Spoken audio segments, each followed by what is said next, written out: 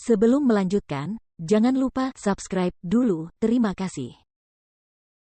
Bab 82, Kau ingin pergi. Ningsi dengan cepat menaruh makanan di mangkuknya seolah-olah hidupnya bergantung padanya. Hehe, aku hanya bercanda, tolong jangan pedulikan itu. Lu Tingqiao tampak tidak marah sama sekali, dan sebenarnya sedang dalam suasana hati yang cukup baik. Bibirnya melengkung saat dia berkata, ide yang bagus. Ningsi tercengang, dia benar-benar berpikir itu adalah ide yang bagus. Ningsi. Lu Tingqiao tiba-tiba menatapnya dengan serius. Dia menjadi gugup setelah ditatap oleh mata yang dalam itu, apa? Jika kau berubah pikiran, kau bisa mencariku kapan saja, kata Lu Tingqiao. Mendengar ini, jantung Ningsi berdebar kencang. Dia tahu bahwa yang dia maksud adalah lamaran pernikahan. Meskipun Lu Tingqiao tidak menyebutkannya lagi sejak terakhir kali dia dengan jelas menolaknya, tetapi dia bisa merasakan bahwa sikap Lu Tingqiao terhadapnya berbeda sejak awal. Lebih jauh lagi, suasana di antara mereka menjadi semakin ambigu. Bagian terburuknya adalah jantungnya perlahan-lahan mulai tak terkendali. Mungkin seperti yang dikatakan Jiang Muye, bahwa dia terpesona oleh ketampanannya. Sejak kejadian 5 tahun lalu itu, dia berpikir bahwa dia tidak akan pernah mencintai siapapun lagi. Bahkan ada masa di mana dia memiliki masalah besar dengan kejiwaannya. Dia sangat jijik dengan pria dan mendapati dirinya bias terhadap mereka, terutama ketika dia melihat bajingan. Dia akan kehilangan kendali atas dirinya sendiri, dan hatinya akan dipenuhi dengan keinginan untuk memberikan hukuman surgawi kepada mereka.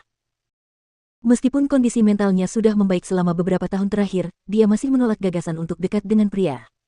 Menemukan seseorang untuk dinikahi adalah fantasi yang tidak akan pernah terwujud baginya. Namun, lelaki di depannya ini, yang selalu memasang wajah tanpa ekspresi seolah-olah saraf wajahnya lumpuh, lelaki yang memiliki aura menakutkan ini, yang cukup sering membuatnya merasa takut, tanpa disadari telah membuka celah di cangkang hatinya yang tebal.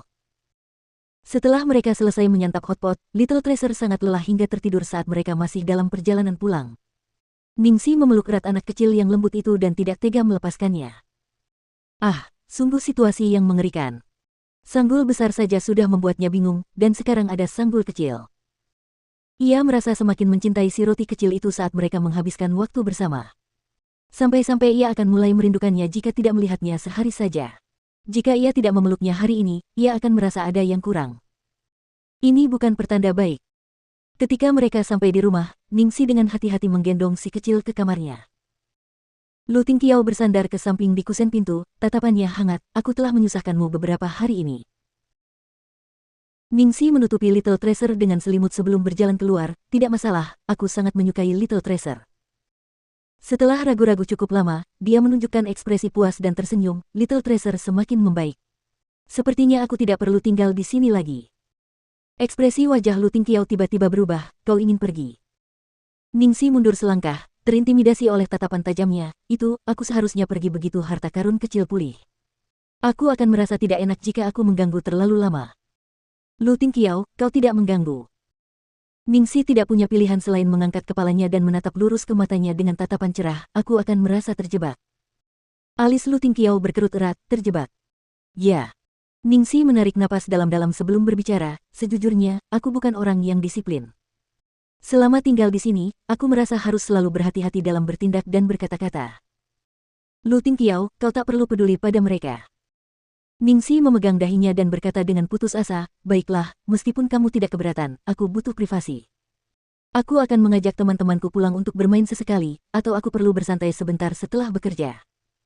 Aku mungkin akan mengendarai sepeda, berjalan-jalan di bar dan hotel, dan jika aku bertemu pria tampan yang sesuai dengan tipeku, aku mungkin akan mengajaknya menginap di sini. Cukup. Sambil terus mendengarkan, ekspresi Lu Tingqiao berubah semakin buruk hingga akhirnya dia tidak dapat menahan diri untuk tidak memotong pembicaraannya.